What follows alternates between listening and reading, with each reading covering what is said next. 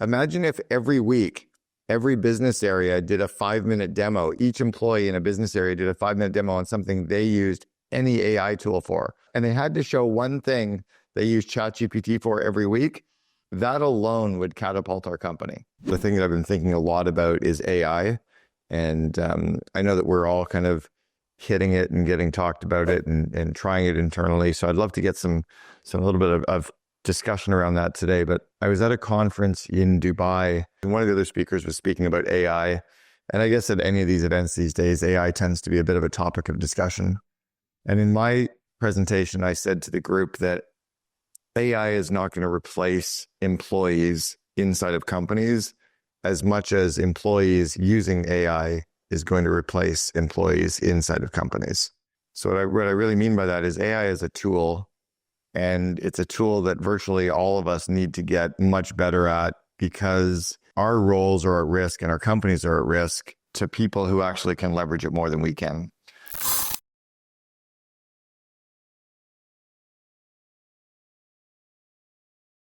Two of my friends, Ben Hardy and Dan Sullivan, wrote a book called Who Not How. And it's now about knowing who can solve it for us versus how to do it. You don't have to know how to do those things.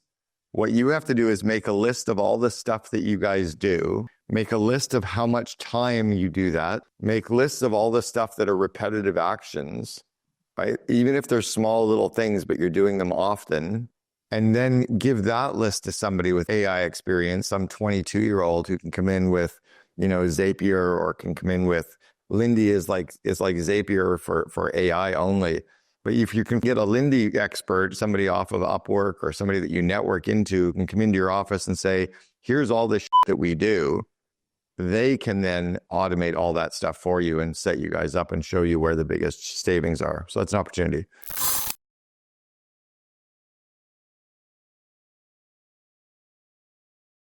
This iPhone is a great tool, but most of us have no idea all the features and functionality that are on it.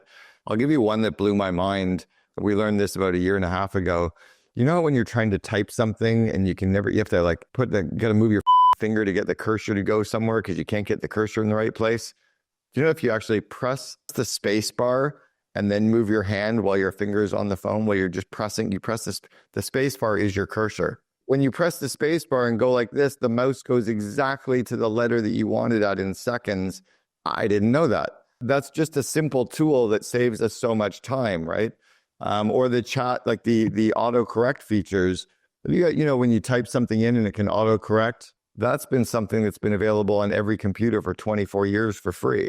So there's all of these tools that are time-saving things that most people never even touch on. That's a really good starting point, is starting where we already use stuff, and then, have them give us the kind of insights around there. I use Grammarly. Grammarly is one that just, saves me forever, but also makes me not look like an idiot. So yeah, I think that's a smart starting point, is going with the tools that we have.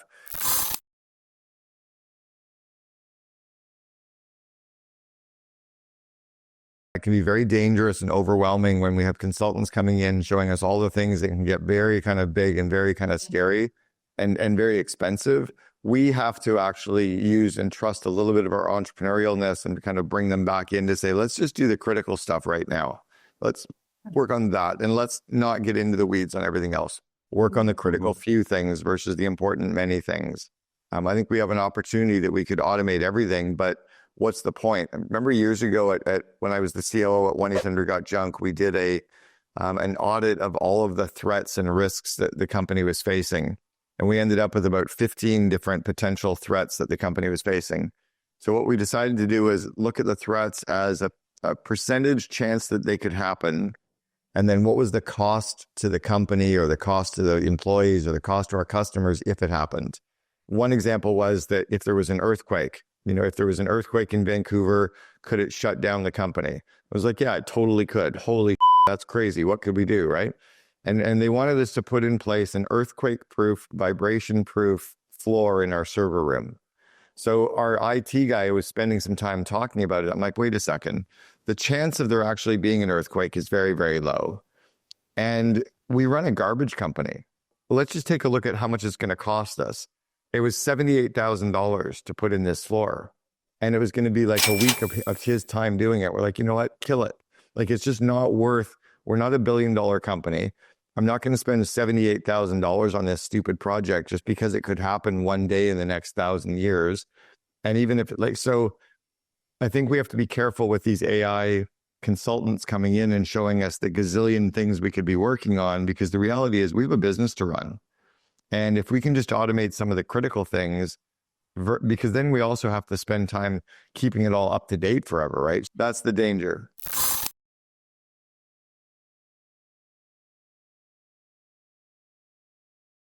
I was talking to a CEO the other day on a coaching call, and the CEO said, what are some really good interviewing questions that I could ask somebody about tenacity? And in the old days, I had to keep these things memorized in my head. And now I'm like, well, let's open up ChatGPT and just say, what are some questions that we can ask candidates about tenacity if they're in a leadership role? And it pops out some questions. And then he goes, wow, that's amazing. I'm like, but do you know what to do with those questions? And he goes, no. I said, so then I go, how would you probe around each of those questions? So then it goes even deeper. So just ask the tool as if it's an employee who has a lot of skills. You know, if you had the world expert on interviewing sitting in front of you and you were getting to ask them questions for a half an hour, pretend that they're ChatGPT. Just keep asking ChatGPT follow-up questions for what you're asking, and the information gets richer. Could you turn that into an SOP for us? Could you make that a form for me? Could you turn it into a checklist for us? Could you create some graphical images for, like, it's amazing to watch ChatGPT create images for stuff that you're thinking of working on. I was coaching another CEO the other day, and he runs huge kind of conferences and kind of boat trips, I guess would be the best way to describe it. And so as we're sitting talking, he's organizing something called the Peace Cruise right now over in Japan. And we were talking about it. And I'm like, what are the dates? And he's like, he gave me the dates. And I said, you know, you should just start running ads right now on Facebook and Instagram to a WhatsApp list, and just at least start getting all the people interested so that when you launch the website, you can pre-sell everything right away. So as I was talking to him, I put into ChatGPT, can you create 5 images about a boat cruise called the Peace Cruise, use the Peace logo and some Japan images, and here are the dates, and it's done by a group called Insider Expeditions. Boom, it did it. And when it did it, the actual work that it gave was pretty unbelievable. So I'll show you what it came up with. Those are all pretty good enough to drop onto Instagram to build out a WhatsApp page. And those were designed by me, who has zero creative skills whatsoever. Literally, as I was talking to him, it blew his mind. So this is the kind of stuff that I don't know if it can do it, but if you just ask it if it can do it, you'd be amazed at what it can do. The ChatGPT side and Grok, Perplexity, just use these as if it's an expert sitting in front of you, and keep asking it follow-up questions for anything. And I think that's what we have to get our employees doing, is every day get your employees to use ChatGPT 4 to just ask it questions. Hey, I do this every day. How could I do it faster? Teach me more, show me, create the SOP, whatever.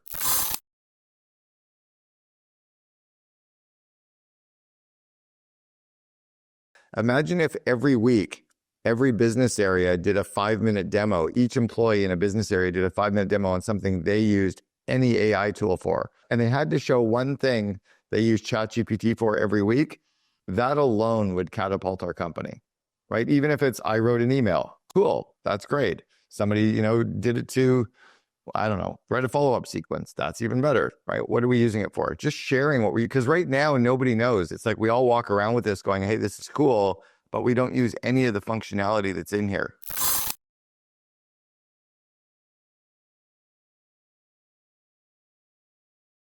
I've always believed that there's not a single problem inside of our company that writing a check can't solve. So if we have money, if we have gross margin, we can make all the problems go away. So I tend to hire people on the sales and marketing side first, because they can actually grow revenue. So the easiest way to get profitability is to grow revenue.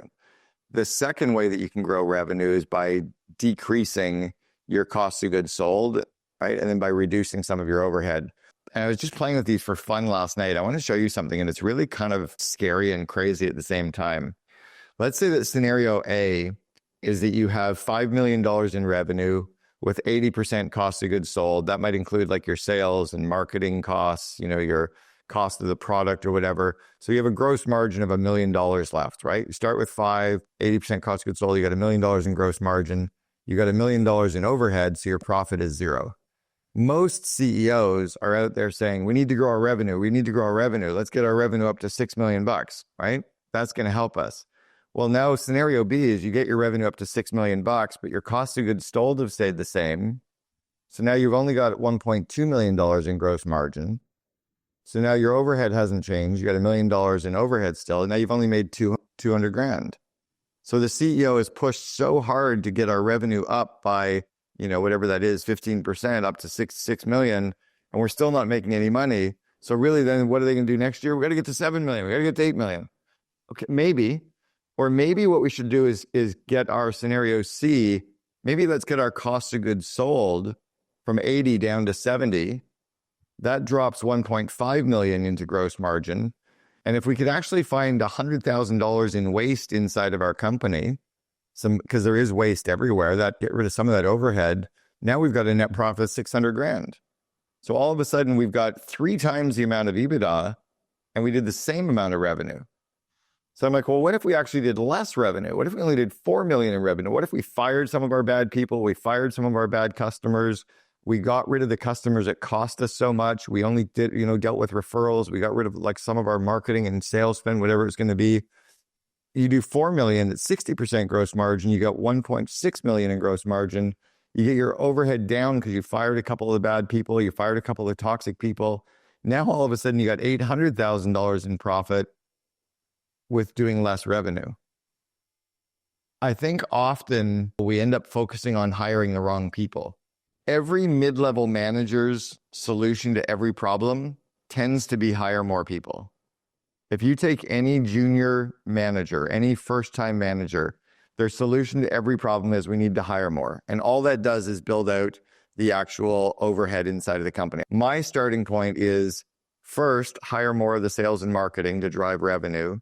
Second, give your management team the skill set to do more with less people faster. And then third, try to hire some of the people that are able to get more done with less people. But I try to avoid more overhead. The second part of it is giving your management team the skills to actually do interviews. I don't like HR department as a department to do recruiting and interviewing. That's just more overhead that, if you're only hiring 3 people a year, what do you need overhead to have 3 people? What you need to do is have the base layer skills so the CEO and the people that are running the business know how to do interviews, know how to do job postings. Maybe you know which recruiting firms to use. Maybe you use recruiting firms that are looking for fractional or overseas people, so you've cut your overhead. Like I hired a full stack marketing manager who in the United States, if I showed you their job description, as they'd be like a junior VP or a senior director, they'd be about 150, 160,000 a year US. I've got it full-time and they're based in Argentina and they're $55,000 a year. So I've decreased my overhead by 70%, 65%, getting the same level of talent by getting an executive recruiting agency that's based in Europe that only hires Latin American talent. We've got 2 cold callers that are starting this week.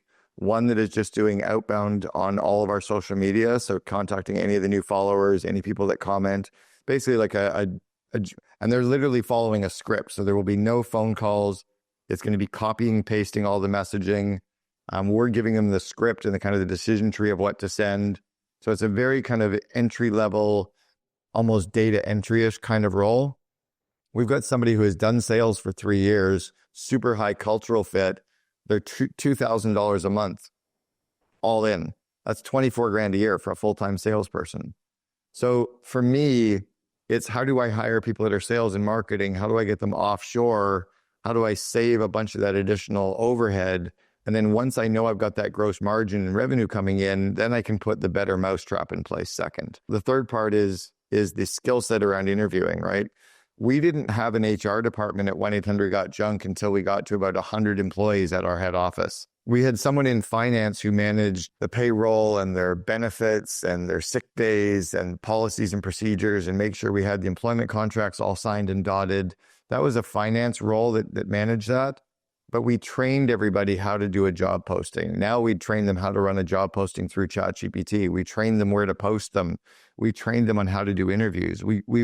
I would literally video people doing a job interview, and then I would give them feedback and critique on how to improve. We made them read books. We brought in teachers around. So it was a core skill that we made sure that everyone got really good at. Whenever you learn something, then go and practice it, try it, do it, then go back and learn it again, right? Then practice it, try it, do it, and then go back and read it again.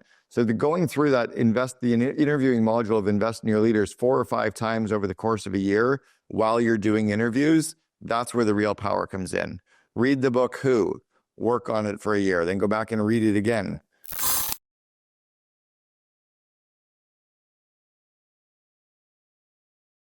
A leader's core job is to grow people, not to do work. Your core role is to grow the skills, the confidence, and the connections of all of the people that report to you and of all their team. That's your job. Your to-do list, every single human that I've ever met writes to-do list and then they make their list. It doesn't have our name on it. So our job is to delegate all of those things on our list. And then we end up going, well, nobody can do it. Cool. Pick someone, delegate it to someone, and then spend your time giving them the skills and the confidence and the connections so they can keep doing that. So if you are worried that they're not going to be able to do it perfectly, then train them to do it perfectly. Even if that's setting up a screen capture so that you can do it. ChatGPT actually can create SOPs. You can literally get it to watch a video of you and create an SOP of the video of you doing the work. And then it can put it like, so we have to get better is how do we grow people? How do we delegate more? How do we grow people? Yes, hire people, but she might be the kind of person that if you just took for coffee and said, I love you. I really want you to be here forever. I'm worried that you're hitting your glass ceiling because you're so scared of technology, nervous of technology. So we either have to help you get there or I have to help you get a job somewhere else. And I really don't want it to be somewhere else, but that really is where we are. Can I walk you through this? Can I teach you? Can I show you? Can I coach you? Can we help you? Right? But she needs to have that discussion with you that she's safe and she needs to decide if she's going to grow or if she's going to go. If our core job is to grow people and it's to grow the skills, confidence, and connections of people, do we want to spend time with our underperformers, bottom performers, or do we want to spend time with our A's? What we end up doing is saying, he's so good, he's so amazing, I don't need to spend time with him. So what you do is you need to spend time with your underperformer. Do you know the best golfers, the best volleyball players all have coaches? Every person that goes to the Olympics has a mindset coach, a nutrition coach, a fitness coach, a skills coach. They're all getting coached at the highest level. And what you're doing is you're coaching somebody who you're worried about should probably be leaving. What if you could spend time with him? What if you could grow his skills? What if you could grow his interviewing skills? What if you could grow his delegation skills? What if you could grow? If you spent more time with your A's, he could take way more stuff off your plate. Where do we spend our time is skill up the leaders and managers, hire the revenue producing people, try to get stuff off our plate that becomes kind of the grinding stuff that drains us of energy, that is minimum wage job. And then stop with the excuses that we all give ourselves that I don't have anyone who can do it. Cool. If I put a gun to your head and said, take 18 things that are on your to-do list today and you have to delegate to somebody and you're allowed to train them for 15 minutes per task, you could all get it done. What we end up doing is we end up working harder and we're like the fly trying to bang our head on the window. And if we work harder and longer hours, we're going to end up dead on the windowsill.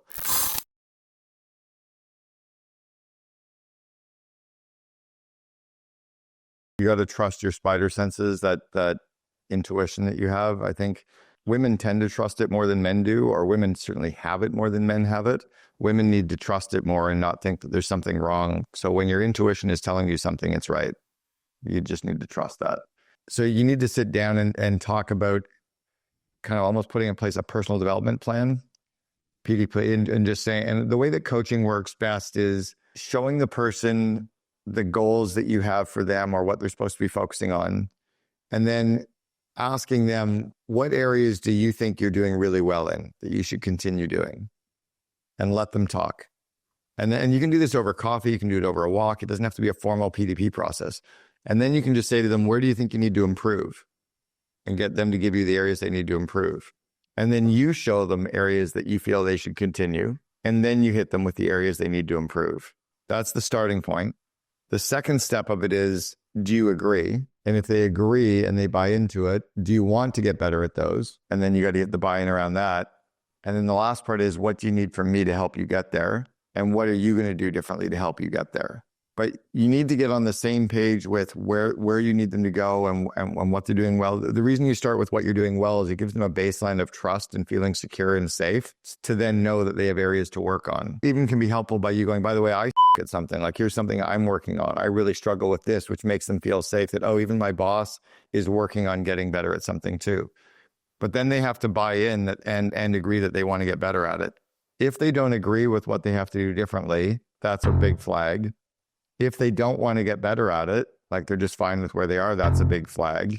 And if they're not willing to do any of the work, that's another big flag. So we were sitting down with the head of our call center years ago, and she had about 50 direct reports at the time, and 4 of her direct reports had come to us saying that she needed to change or they were potentially quitting. And we're like, wow, this is serious. Like, we need to sit down with Shirley. So we sat down with Shirley. We told her what was going on with the team. She was super defensive. So we gave her 2 books to read over the weekend. One was The 5 Dysfunctions of a Team, and one was Leadership and Self-Deception. And we said, we need you to read these over the weekend. Take tomorrow off, which is Friday. We'll pay you for tomorrow. Just spend the weekend reading through these books. Come in Monday and tell us what you need from us and where you're going to start changing, because this needs to change. She came back Monday and she's like, you guys, them. I'm not changing. I built this place. If they can't line up behind me, we're done. I'll fire them and replace them. And we're like, you're done. And that was it. Shirley Quinn got fired that day. And Shirley was the reason the call center got to where it was. She started it from nothing, built it, systemized it, but she couldn't change. And she wasn't willing to change. Even though she knew she was strong, she knew that we loved her, she knew that she had our backs, she wasn't willing to change, didn't want to change. So we changed her. If I talk about meetings, some of the meetings, when you're an early stage, like a 10-person company, 5-person, 20-person company, you don't have to have them in the way they're prescribed, but they need to be something that you as a leader do. So you as a leader need to think about your annual planning meeting. So like when I do mine, I don't go off-site. I don't take the whole team off-site, but I literally sit down and come up with my goals for the year. I come up with my plan to hit each of those goals. I revisit my vivid vision. And then I sit down with my goals and my plan and my vivid vision. And I'm doing it this week with my team, where they're actually getting briefed on, here's all the goals, here's where we're going, here's how we're getting there, all this kind of stuff, right? We're revisiting it again.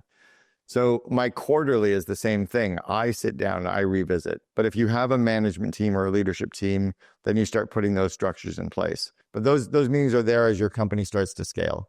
The key is if they do the book report. If they do the book report, you know that they were paying attention, you know that they learned something, and that's all we're trying to do is move the needle, right? We're not looking for perfect. Book the meeting for half the time you first think about booking it for. So when you're thinking about, oh, let's book for an hour, no, book it for 30 minutes. Or let's get together for a day, book it for half a day. So always book for the quickie time, right? A little bit less. Finish every meeting and finish every phone call 5 minutes prior to the scheduled ending time. So here's some stuff around financials. Every month for the next 3 or 4 or 5 months, have your leadership team go through the general ledger and look at every single expense in every single business area. I mean, look at every single expense and have them find some areas that maybe are potential waste. Twice a year, do a tech stack audit and go through a list of all the software licenses that your company has and how many seats you've signed up for in all those and who you can actually delete or reduce, or can we get rid of them? It's incredible how much cost just kind of builds up there.